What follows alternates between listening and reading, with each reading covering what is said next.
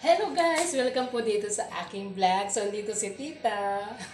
Meron lang akong gustong i-share about sa aking sinahod. So, ito ipapakita ko. Hindi po sa pagmamayabang. Gusto ko lang ma-inspired kayo sa pagko-content o sa paggawa ng mga page o sa paggawa ng mga vlog. So, i-share ko lang po yung nabili ko sa sahod ni Tita. So, ito yung nabili ko. Meron na kaming bagong rave.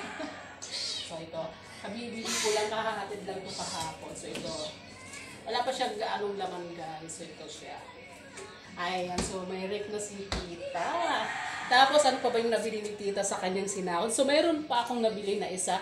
Ito ay ang bago kong mahal. Ito, sandali lang, guys.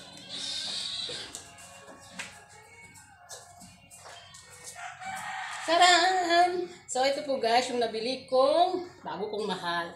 Ayan, may bago akong cellphone. Ayan. O, diba? Diba sabi ko nga yung cellphone ko kasi medyo, ano na siya, medyo naglolo ko kasi nagkahahang siya pag ginagamit. So, bumili na rin ako ng bagong cellphone. Ayan. Hindi po sa pinagmamayabang ni Tita yung mga binili ko.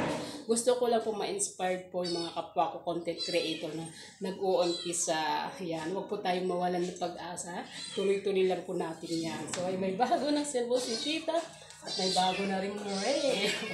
So, wala mang kwenta mga video ni Tita. Walang kwenta mga content. Sabihan man ninyo akong Tita is gurang. Pero, thank you pa rin guys kasi napaka-blessings po ng araw ko.